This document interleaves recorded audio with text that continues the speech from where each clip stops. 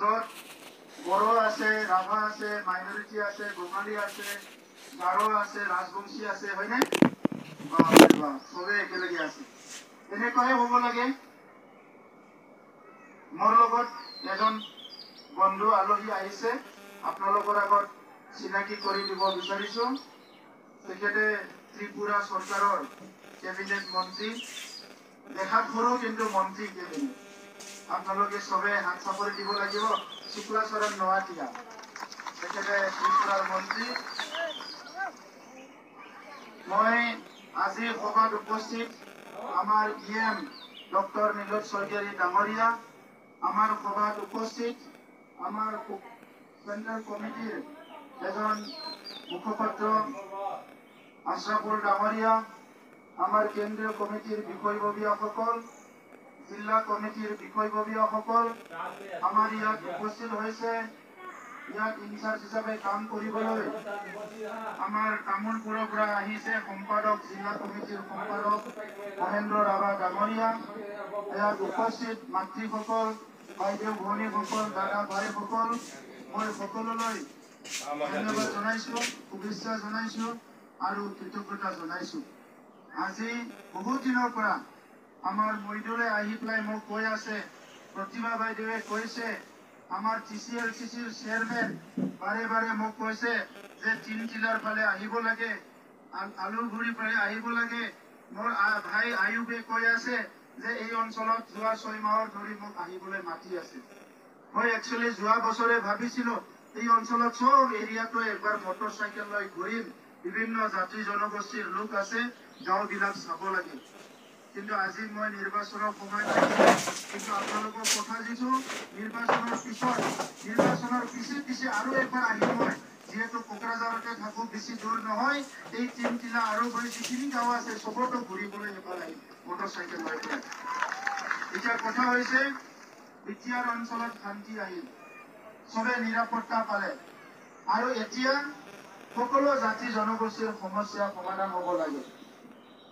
যোৱা 17 বছৰত এই অঞ্চলৰ ৰাইজে BPFক ভোট দিছে, নাঙল পাৰ্টিক ভোট দিছে, হয়নে নহয়? বহুতে নাঙলক ভোট দিছে, কিছুমানে তজতো ভোট দিছে,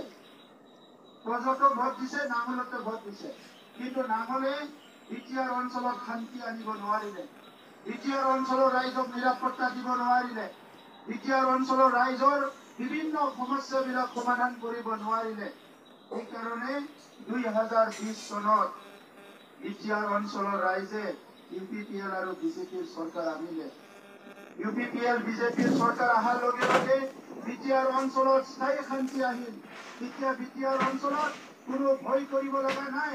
আপুনি দিনতে যাওক বা ৰাতিও যাওক, কোনো ভয় কৰিব লগা নাই। যোৱা নিৰ্বাচনতো মই তিনটিলাৰ ফালে আহিছিলো, ইয়াৰ পৰা ৰিটাৰ্ণ যোৱাৰ সময়ত PPF পাৰ্টিৰ মানুহবিলাকে মোৰ কনভয়ত এটাক কৰি পেলাই মোক গাড়ী বনাইছে, আমাক মাৰি পেলাব বিচাৰিছিল। আৰু সেইকাৰণে মই সিদ্ধান্ত লৈছো যে তেখেতসকলে যি দাদাগিৰি কৰি আছিলে, যি ভয় খুৱাই আছিলে, মানুহ ভয় খুৱাই ভোট লৈছিলে, এটা দুটা টকা দি ভোট লৈছে, দুটা কম্বল দি ভোট লৈছে, দাদাগিৰিৰ ৰাজনীতি চলাইছে। এই দাদাগিৰিৰ ৰাজনীতি চিৰদিনৰ কাৰণে বন্ধ কৰিবলৈ ইয়াত আমাৰ UPPL BJP চৰকাৰ আহিছে। এতিয়া মোৰ গাড়ীৰ কনভয়তটো কোনো এটা কৰিব নোৱাৰে। আমাৰ ইয়াৰ এই অঞ্চলৰ দাদা ভাইসকল, বড়োই হওক, গাৰোই হওক, মাইনৰিটি হওক, ৰাজবংশী হওক, বঙালী হওক, ৰাভা হওক, যিমান জনগোষ্ঠী আছে, ইয়াত কোনো দাদাগিৰি কৰিব নোৱাৰে, চবে নিৰাপত্তাত থাকিব পাব, এইটো আমাৰ গেৰেণ্টি। যোৱা 3টা দশক ধৰি 30-40টা বছৰ অশান্তি হোৱাৰ কাৰণে আমাৰ অঞ্চলত পঢ়াৰ কাৰণে পৰিৱেশ নাছিলে, আমাৰ ল'ৰা ছোৱালী ভালকে পঢ়িব পৰা নাই, আমাৰ খেতিয়কসকলে ভালদৰে খেতি কৰিব পৰা নাই, আমাৰ ব্যৱসায়ী মানুহবিলাকে ভালদৰে ব্যৱসায় কৰিব পৰা নাই। এতিয়া শান্তি অহাৰ কাৰণে এই কামবিলাক চব লাহে লাহে হৈ উঠিছে। তথাপিতো বহুত কাম কৰিব লগা আছে।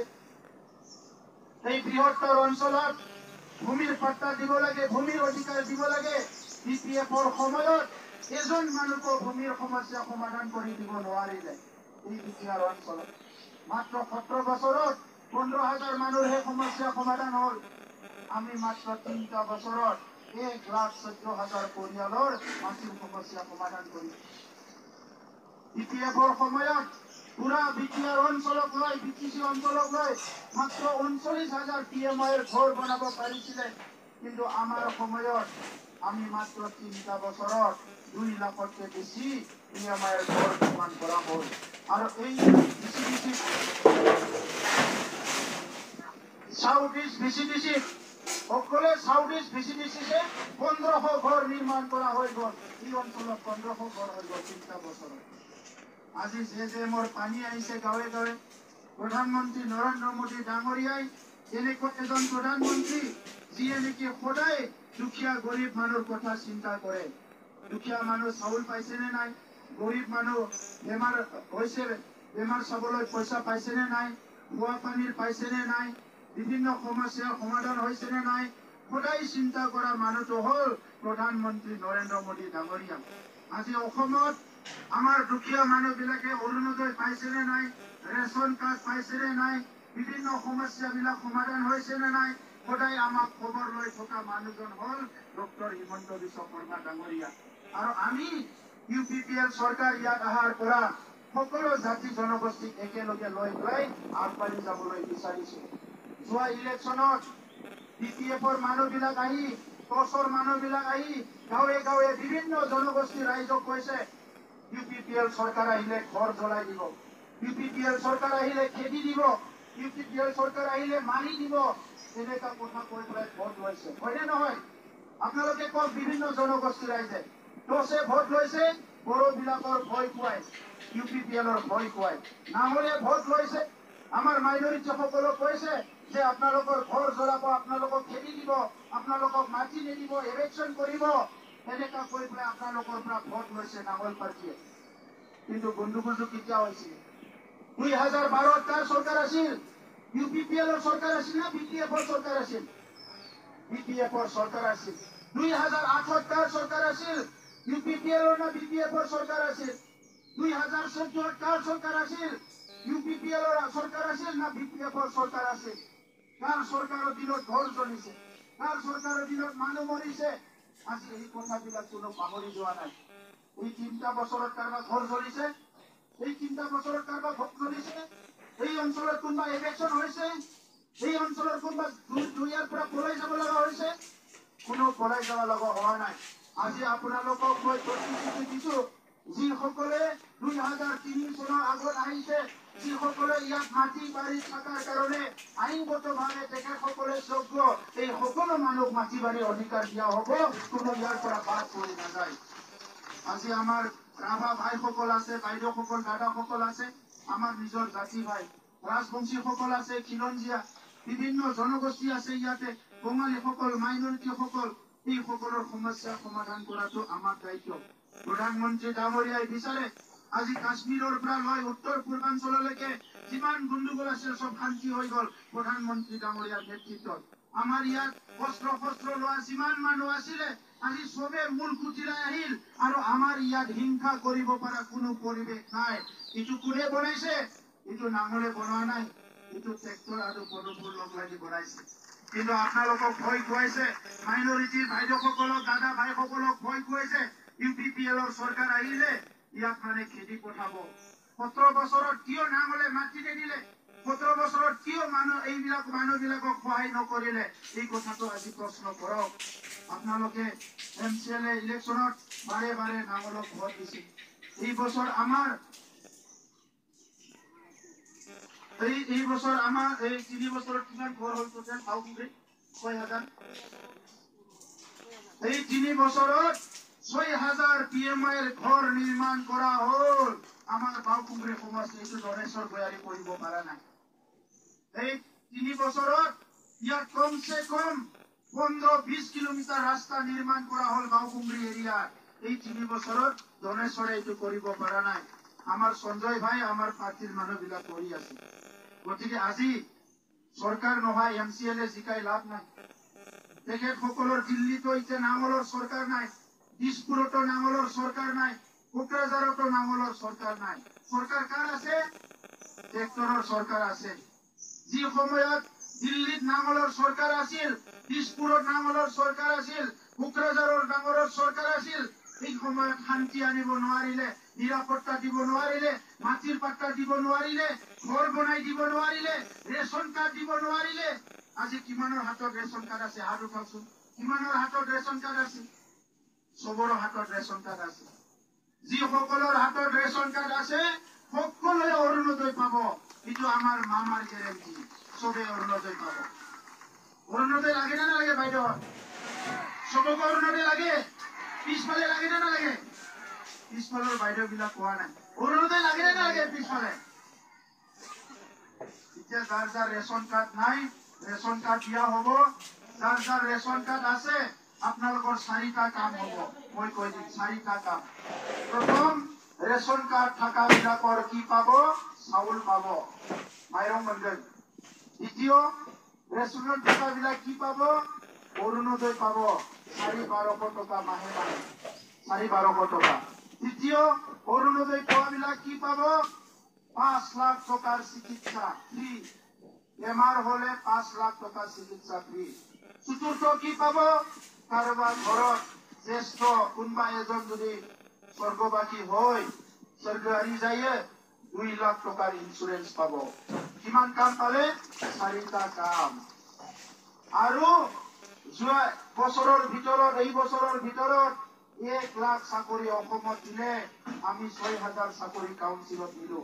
BPF-ৰ সময়ত লাখ লাখ টকা ঘুষ নিদিলে দুখীয়া গৰীব মানুহৰ ঘৰৰ চাকৰি পোৱা নাছিলে।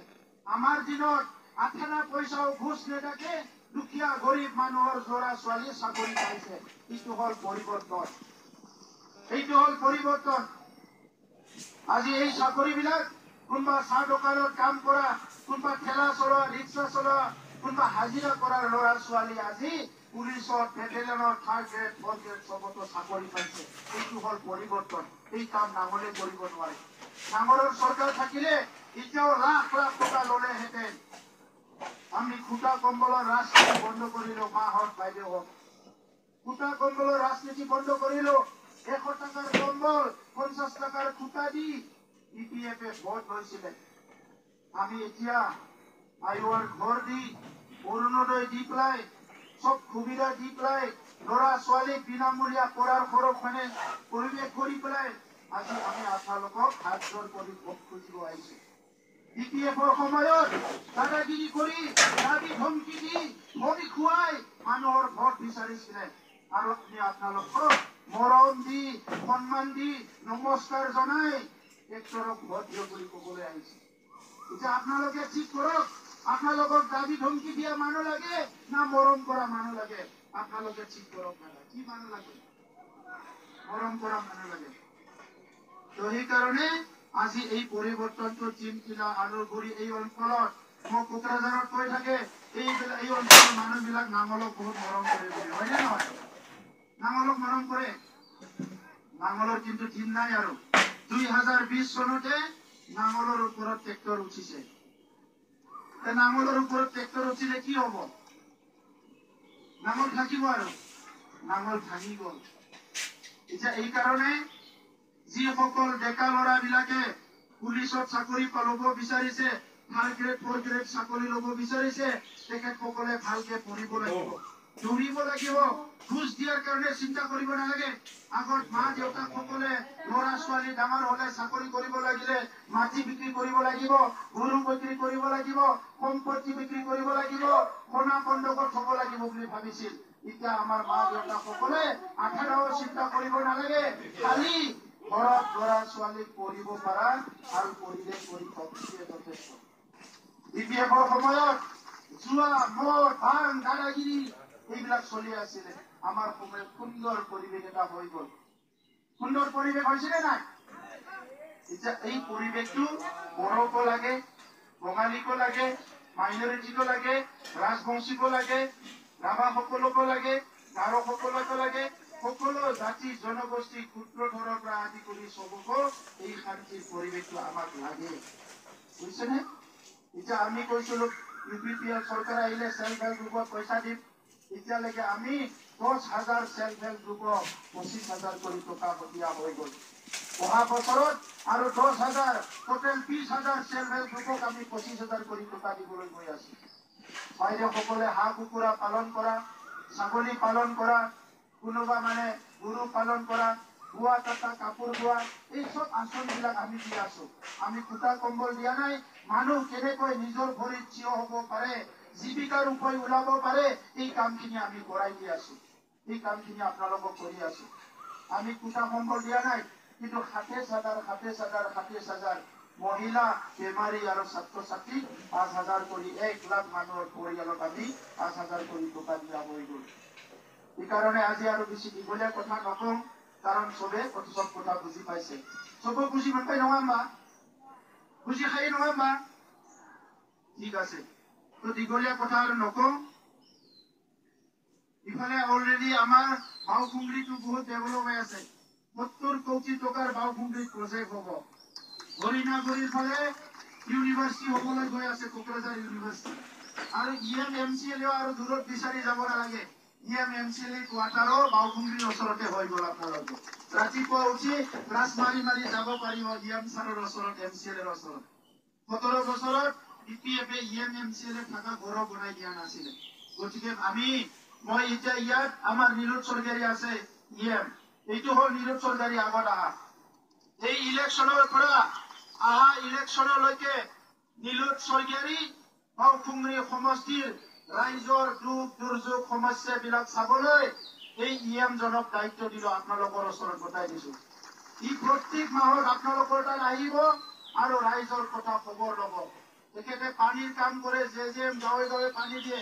এতিয়া মাত্ৰ পানীৰ কথা নহয়, বাইদেউসকলক খবৰ ল'ব লাগিব, ছাত্ৰ ছাত্ৰীক খবৰ ল'ব লাগিব, খেতিয়কসকলক খবৰ ল'ব লাগিব। চবৰে খবৰ লোৱাৰ কাৰণে EM জনক বাওকুংগ্ৰী অঞ্চলত দায়িত্ব দিয়া হ'ল। তেখেতে এটা অফিচ বনাই ল'ব, এই অফিচত আপোনালোকে যাব পাৰিব। ঠিক আছে দাদা? মাইনৰিটি সকলৰ কিবা ভয় আছে নেকি?